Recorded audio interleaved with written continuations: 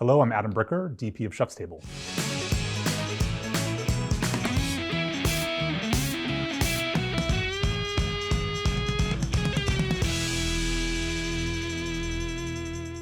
Learning bread and pasta from Gennaro was a very visceral experience. You see, I'm completely tuned into you.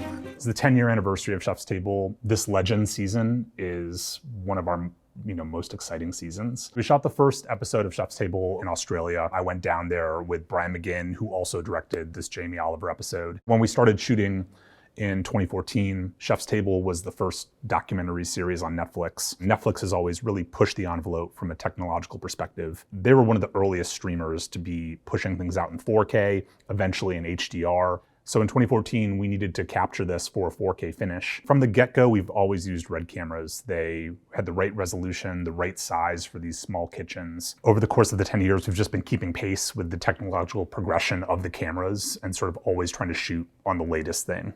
10 years in, much of the same key crew members are working on it. One of the reasons why we all keep coming back to it, aside from the incredible food and the travel, is the fun challenge of trying to improve upon them each season and taking the episodes to the next level.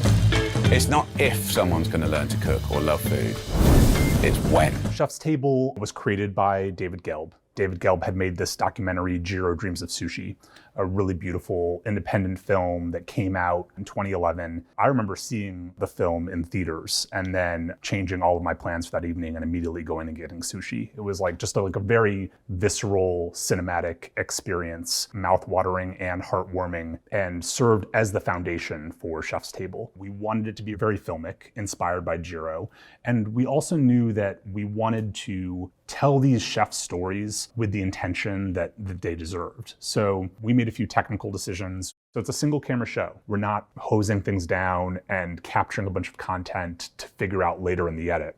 We're coming into it and thinking about where the camera should be, always being in the right spot, not having to navigate a second camera that's in the way. We decided to shoot primes instead of zooms, which isn't typical. I think, most documentaries are using zooms for efficiency. When we were first in our 3-star Michelin kitchen and they were in the throes of dinner service and definitely weren't stopping for us to get another take, that I was was this the right decision? But I do really think that the choice to shoot on primes really was impactful in the visual language of the series. A prime lens as an operator really makes you think about where you are in relation to the subject, where you are in relation to the dish, and forces you to make a choice and kind of fight your way in there and find that right frame, as opposed to sort of just standing in the corner picking things off. The changing of a lens and taking a moment to pause, it seems counterintuitive in documentary where you want to just always be ready and capturing things. But on this show, it really forced us to recalibrate and gave us an opportunity to regroup as filmmakers and talk about the scene. What is the goal? Where are we? What do we have? What do we need? What's the climax? And really approach things with intention. Jamie Oliver changed the landscape of what was possible in Britain. This Jamie Oliver episode, it was one of the first episodes we'd done that was primarily archival and was telling the story of not a chef that is best known for working in a kitchen, but a chef that's best known for working on television and in media. It was just a different type of story to tell, and I think that challenge was really fun. He spoke to an entire generation. I was aware of Jamie Oliver. I had never seen any of his shows, but we have a couple of his cookbooks, and my closest collaborator on those series is Brian McGinn. Once Brian and I jumped in and Brian was showing me Jamie's past work, specifically The Naked Chef, I was just so blown away. The Naked Chef came out, I guess, in the late 1990s. He was really breaking the mold of what food cinematography could be. It was shot on a mix of video and on film. It was this sort of handheld kind of run and gun, loose verite. And at the time, most cooking shows were studio based. So very static, 3 cameras, maybe a top-down shot lit. This was shot in Jamie's apartment, and it really had this documentary energy that was so inspiring. I immediately saw that show had definitely influenced, I think, Bourdain's work, and then honestly, ultimately, Chef's Table to some degree, even though I hadn't seen it. I think definitely the visual signatures that they developed had trickled down into our own visual language. It was a really revolutionary thing that he was doing from a filmmaking perspective. We changed a couple of things technically. Because we knew that we'd be intercutting our footage with Jamie's naked chef stuff, we wanted to create a visual distinction between the two aesthetics. So we shot this episode large format, which was the first time we'd done that. Previously, we'd only been working Super 35. And the goal was sort of to really be creating two looks. So when you were cutting back and forth, the audience just subconsciously could feel that change in aesthetic between Jamie's naked chef and the chef's table. Jamie appeared on The Naked Chef, sliding down the banisters and riding his Vespa. All the chefs we'd done previously, we had been shooting them in their own kitchens, whereas Jamie was shooting cookbooks and making television content for his own shows.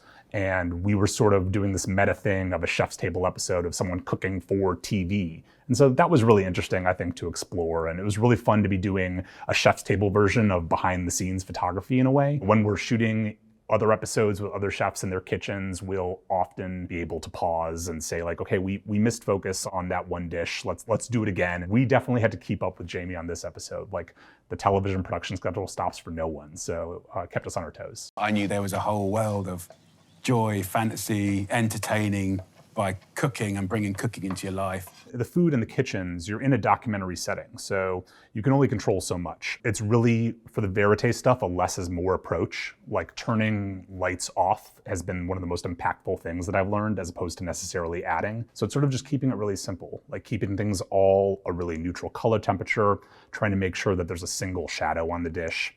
And that's sort of the approach to the food and to the verite. For the interviews, we want to keep a similar aesthetic. So trying to keep them very natural. They're lit, but we want them to really feel unlit. So it's like making sure that the light is motivated, like they're natural to the space. I love the interviews in this episode because we shot one of them in a pub that meant a great deal to Jamie. And that's just like very simply lit, soft light coming through a window because it was motivated and felt very, very real.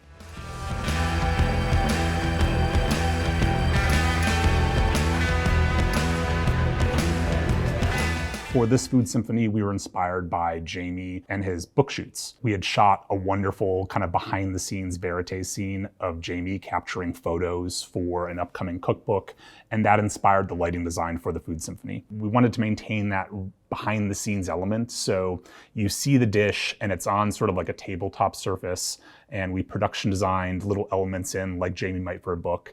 And then we did our normal, really elegant, simple chef's table lighting, but introduced some flashes, sort of reminiscent of camera flashes from a book shoot, to try to really make it feel special to the episode and unique to Jamie's story. And that's where true cooking lies. You throw me flour everywhere. For the focaccia scene, this scene was actually shot by our second unit DP on the episode, Charlie Panion. It's sort of a memory. It's Jamie cooking with an old friend and reminiscing on when he was first inspired to cook. That connection with food, Gennaro really fired that up for me. They're positioned 50-50 to this beautiful window, so there's this real natural light like pushing into the space. Since it was kind of a memory scene, we wanted to accentuate that natural light. So Charlie used an HMI to give some hard daylight to mix with the soft light to create this sort of nostalgic, like dreamlike thing that's happening. Well, you sense the energy and the fun between them, the joy of cooking that they're experiencing. Some of the most beautiful photography in this episode is macro photography that Charlie captured. I love the shot of their hands as they squeeze the olive oil, and then that beautiful frame where the sunlight is pushing through the olive oil in the foreground and Jamie's there in the background. Just really beautiful stuff. The Italians, they're not fighting over the macro detail. It's the heart and the soul and the passion and really the touch and the feel. I mean, it's so crazy. Like in this episode, there's one clip where Jamie's cooking at a picnic. He's amongst his staff and there's this party, and my son, who was 1 year old at the time, is there, and Jamie hands him a little bit of food and he takes a bite. And I think like if you had told me 10 years ago that we'd still be able to be making these episodes and that I would have a kid who would be in one of these episodes, I'd have been like, man, you are crazy. It's been just like a wonderful, like magical journey. I've gotten to travel the world and collaborate with my closest friends. You can't really ask for much more than that.